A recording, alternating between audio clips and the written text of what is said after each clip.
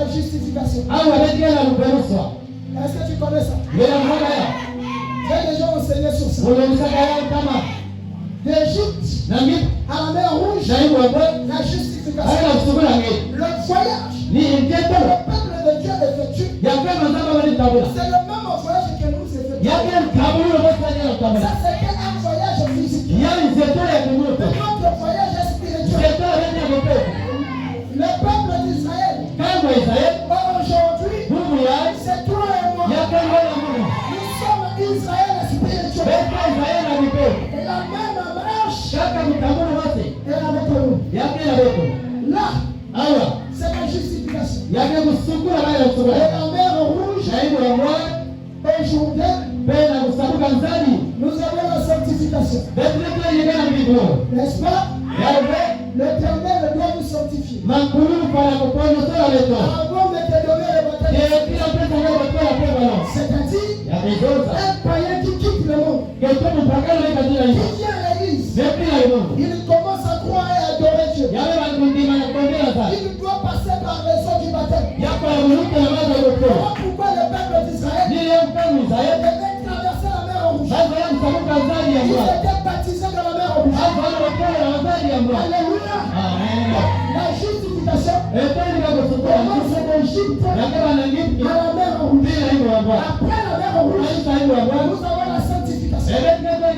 Dieu commence à les sanctifier.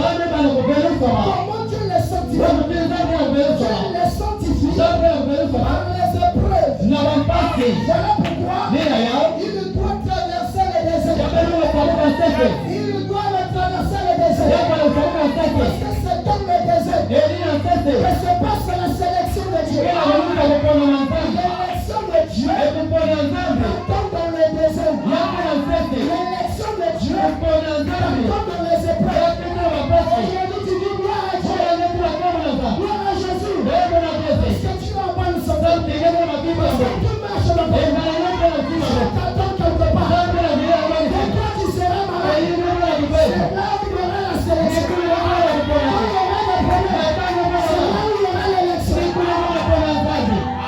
pourquoi le peuple d'Israël, avant de rentrer dans la terre promise, il doit traverser le désert.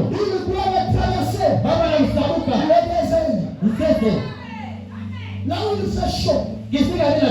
Là où il n'y a pas d'eau. Là où il n'y a pas la nourriture. Mais ce qui est bien avec notre Dieu, c'est quand il t'appelle, quand il te prend dans le monde, il te donne les promesses. Il ne te laisse pas partir. Avant de commencer là-bas, il te donne la promesse. Et sa parole ne faillit jamais. S'il y a quelque chose que Dieu ne peut pas abîmer, c'est d'échouer. Notre Dieu n'échoue jamais. Sa parole ne faillit jamais. Quand il te donne la promesse, il accomplira cette promesse. Et la Bible nous dit dans le livre d'Habakkuk que même si Satan attends-la, elle ne finira par s'accomplir. Elle est sortie de votre famille. Vers la route. Attends-la. Elle ne finira par s'accomplir. Qu'il y ait des magiciens, qu'il y ait des trompettes, qu'il y ait des grands amants. Attends-la. Elle s'accomplira. C'est ce qui est bien avec notre Dieu. Avant que le peuple puisse commencer, Dieu avait déjà parlé à son serviteur. Je serai avec vous. Je pourrai les trouver besoin. Je serai là. Quand il y aura le soleil, moi je serai là. Pour mettre l'eau. Quand il y aura la pluie, moi je serai là. Dans le bien, dans le mauvais, moi l'Éternel, je serai là.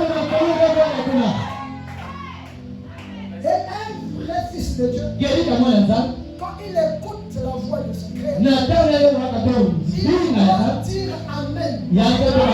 Au point A jusqu'au point Z.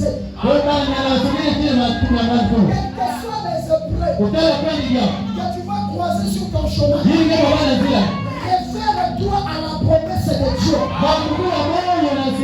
Ne va ni à gauche ni à droite. Réfère-toi seulement à la parole de Dieu. Que même si je suis malade, Dieu m'avait promis la bonne santé.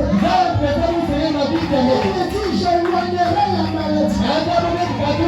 On ne peut pas parler de la maladie si la maladie n'existe pas.